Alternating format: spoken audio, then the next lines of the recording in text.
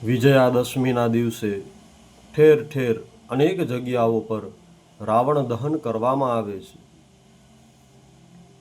રાવણ એટલો પ્રતાપી વ્યક્તિ હતો, રાવણ એટલો મહાન હતો, એ એટલો બધો મોટો ભગવાન શિવનો ભક્ત હતો કે જેના જેવી ભક્તિ કરવી બહુ કઠિન છે.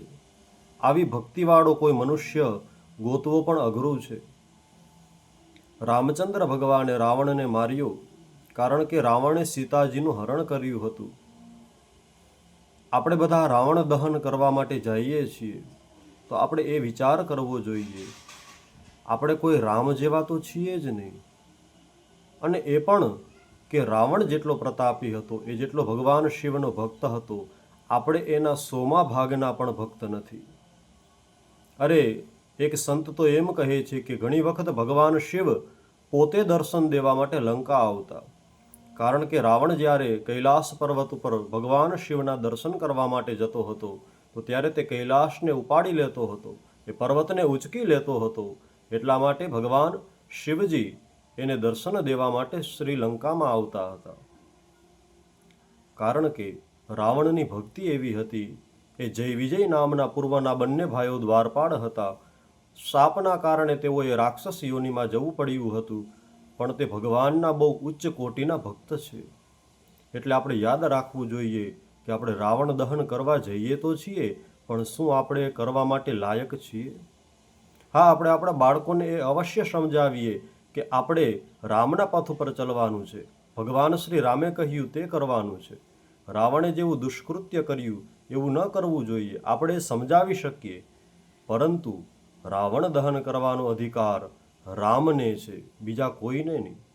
નહીતર તમે વિચારો, શ્રી હનુમાનજી મહારાજ એટલા બધા પ્રતાપી, અતુલિત બલધામમ, કેટલું બળ છે એની અંદર, છતાં પણ પોતે લંકામાં જઈને રાવણને માર્યા વગર પાછા આવ્યા.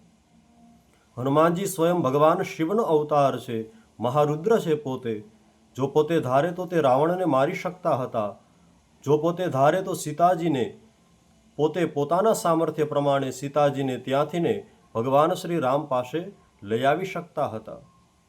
વિભીષણજી મહારાજને તત્કાલ ત્યાંના રાજા બનાવી શકતા હતા.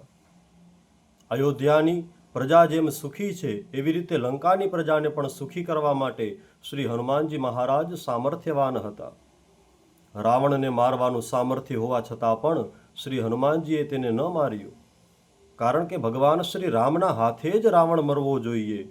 તો વિચાર કરવો જોઈએ આપણે કે રામ જ રાવણને મારી શકે, આપણે રામ નથી તો આપણે રાવણને દહન કરીએ. આવું આપણે ન કરવું જોઈએ. સંતો પણ કહે છે, મોટા મોટા વિદ્વાનો પણ કહે છે કે રાવણ દહન કરવાની આપણી જે ભાવના હોય, આપણી ભાવના સાચી હોય કે ક્રોધનું દહન થાય, કામનું દહન થાય, ખોટા વિચારોનું દહન થાય, ખોટું કામ કરવાવાળા વ્યક્તિઓને દહન જ કરવું જોઈએ. પણ રાવણે સીતાજીનું હરણ કર્યું હતું, પણ એનો ક્યારેય સ્પર્શ કર્યો નથી. રાવણ પોતાની મુક્તિ ઈચ્છતો હતો, એટલા માટે તેણે આવું કર્યું હતું. બાકી રાવણ જેવો પ્રતાપી, રાવણ જેવો ભગવાનનો ભક્ત બીજી વખત ક્યાંય થશે પણ નહીં. કારણ કે જે ભગવાન નારાયણનો દ્વારપાળ હોય એનાથીને મોટો શિવ ભક્ત હોઈ જ ન શકે.